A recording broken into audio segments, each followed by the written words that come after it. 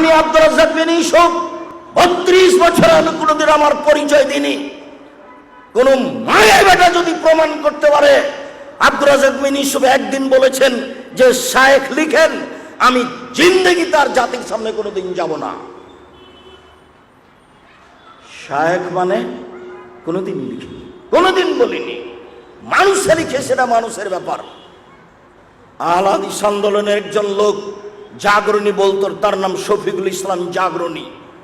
দিনাজপুরে একটা প্রোগ্রামে গেছি, বিজ্ঞাপন পোস্টারে লেখা আছে মুফাসসিরে আল্লামা মুফাসসিরে কোরআন শফিকুল ইসলাম জাগরণী। তা আমি বলছি, আপনি কোরআন মাজিদ পড়তে পারেন? ভালো করে পড়তে পারি না। তো এখন তার নাম লেখা আছে আল্লামা মুফাসসিরে কোরআন। তো কি ও দায়ী না যারা লিখেছে তারা দায়ী?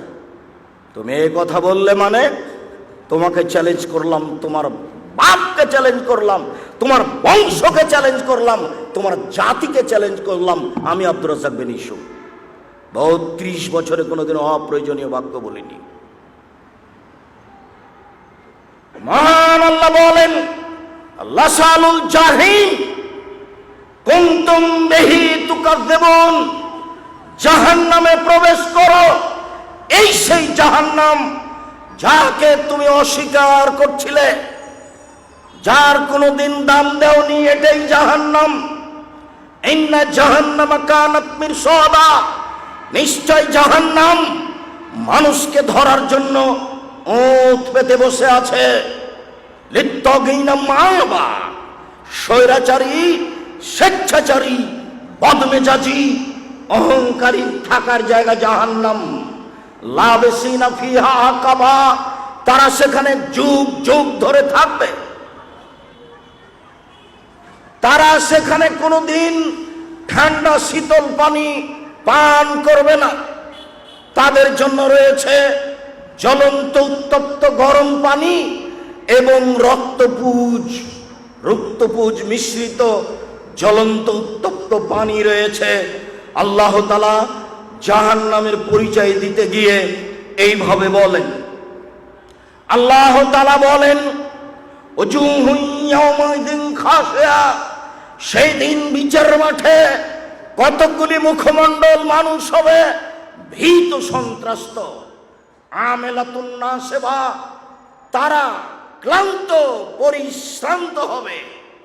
তাসলা নারান হামিয়া, তারা জ্বলন্ত উত্তপ্ত আগুনে প্রবেশ করবে।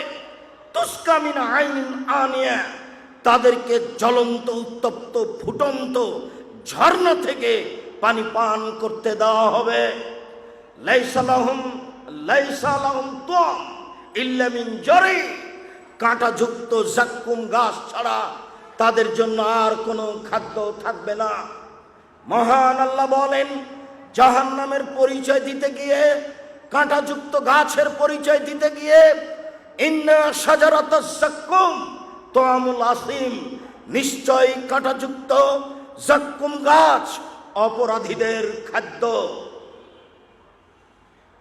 কাল মুহলে ইয়াগলি ফিল বুতুন, তেলের তলানির মতো যখনই একটু পেটে যাবে তখন পেট উথাল পাথাল করবে।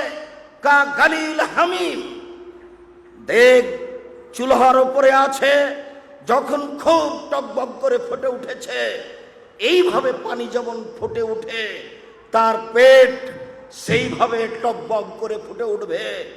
এই হচ্ছে জাক্কুম। মহান আল্লাহ বলেন, আযালিকা খায়রুন নুজুলান আম শাজারাতুজ জাক্কুম, জান্নাতের এই ফলাফল মেহমানি তাদের জন্য ভালো না জাক্কুম গাছ ভালো? ইন্না জাআলনাহা ফিতনাতান লিয-যালিমিন, আমি জাক্কুম কাঁটাযুক্ত গাছকে অপরাধীদের জন্য পরীক্ষা হিসাবে করেছি। মহান আল্লাহ বলেন, ইন্নাহা, নিশ্চয় এই জাক্কুম গাছ জন্ম নেই ফি আসলিল জাহিম, জাহান্নামের নিচে হতে, আগুনের মধ্য হতে জাহান্নামের গাছ জন্ম নিয়ে, জাক্কুম গাছ জন্ম নিয়ে বড় হয়। আগুনের ভিতরেও গাছ জন্ম নিতে পারে যার নাম জাক্কুম। পানিও যেমন, পানির ভিতরেও যেমন গাছ জন্ম নিতে পারে, যাকে আমরা দল বলে থাকি, পানা বলে থাকি, গভীর পানির নিচ থেকে বের হয়ে পানির উপরে ভাসতে থাকে।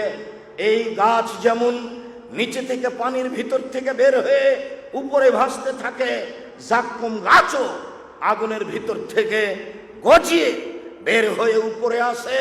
মহান আল্লাহ বলেন, তালুহা রৌসু শায়াতিন, জাক্কুম গাছের ফল হলো শয়তানের মাথার মতো। জাক্কুম গাছের ফল হলো শয়তানের মাথার মতো। মানুষ কোনোদিন শয়তানকে দেখেনি, আল্লাহ তাআলা শয়তানের মাথার মতো জাক্কুম গাছের ফল বলে মানুষকে কি বুঝাতে চাইলেন?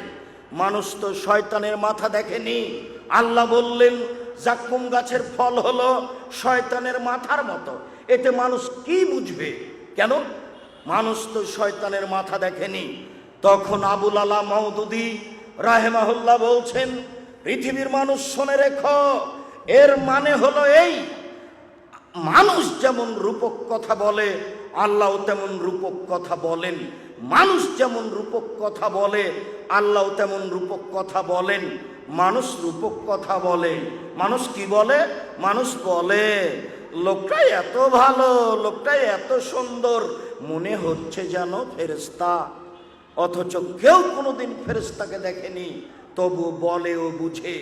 মানুষ বলে মেয়েটা এত অসুন্দরী, মেয়েটা এত অসুন্দরী, এত কুৎসিত, মনে হচ্ছে যেন পেতনি। অথচ পেতনিকে কেউ দেখেনি, তবুও বলে ও বুঝে। আবুল আলা মওদুদী রাহিমাহুল্লাহ বলেন, মানুষ যেমন রূপক কথা বলে ও বুঝে, আল্লাহ তেমন রূপক কথা বলেন। মানুষ বলে মেয়েটা এত সুন্দরী, মেয়েটা এত সুন্দরী, মনে হচ্ছে যেন পরী। কেউ পরীকে দেখেনি, তবু বলে ও বুঝে। আবুল আলা মওদুদী রাহিমাহুল্লাহ বলেন, এইভাবে আল্লাহ রূপক কথা বলেন।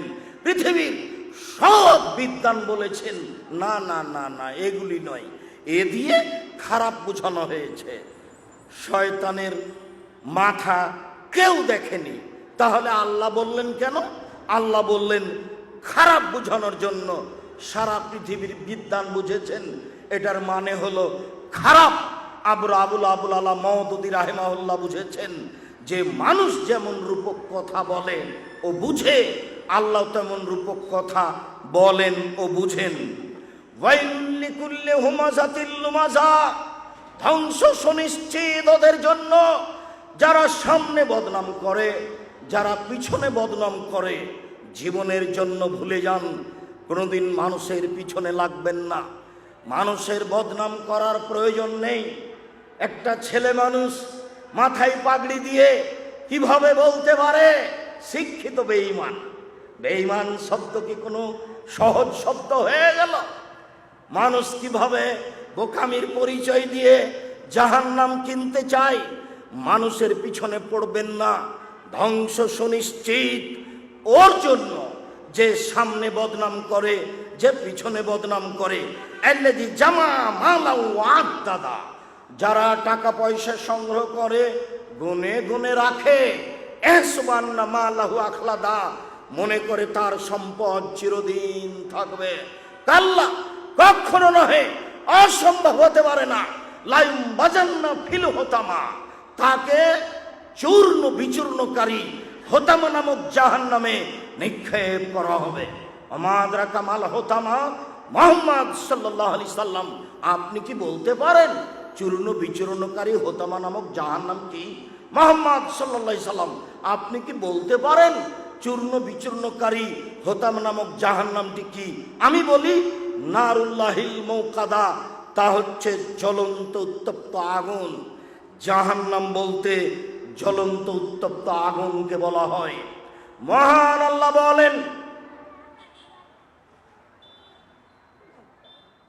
ফাম্মা মান খাফফাত মাওয়াজিনুহু, বিচারের মাঠে যার নেকির পাল্লা হালকা হবে, পাপের পাল্লা ভারী হবে, তার থাকার জায়গা হবে অতীব গভীর গহ্বর হাবিয়া। আমাদরাকা মা হিয়া, মুহাম্মদ সাল্লাল্লাহু আলাইহি সাল্লাম, আপনি কি বলতে পারেন গভীর গহ্বর হাবিয়া নামক জাহান্নামটি কি? আপনার কি জানা আছে হাবিয়া নামক জাহান্নামের পরিচয়? আমি বলি নারুন হামিয়া, তা হচ্ছে জ্বলন্ত উত্তপ্ত আগুন। জাহান্নাম বলতে জ্বলন্ত উত্তপ্ত আগুনকে বোঝানো হয়। মহান আল্লাহ বলেন সাউসলিহে সাকার, অচিরে আমি তাকে সাকার নামক জাহান্নামে নিক্ষেপ করব। আমাদ্রাকা মা সাকার, মুহাম্মদ সাল্লাল্লাহু আলাইহি সাল্লাম আপনি কি বলতে পারেন সাকার নামক জাহান্নাম কি? সাকার নামক জাহান্নামের পরিচয় আপনার কি জানা আছে? আমি বলি লা তুবকি ওয়ালা তাজার। সাকার এমন একটি জাহান্নাম যে মানুষকে ছাড়বেও না, যে মানুষকে মারবেও না, যে মানুষকে ছাড়বেও না, যে মানুষকে মারবেও না, এর নাম সাকার জাহান্নাম। এইটা আল্লাহ অন্য জায়গাতে বলেছেন লা ইয়ামুতু ফিহা ওয়ালা ইয়াহিয়া।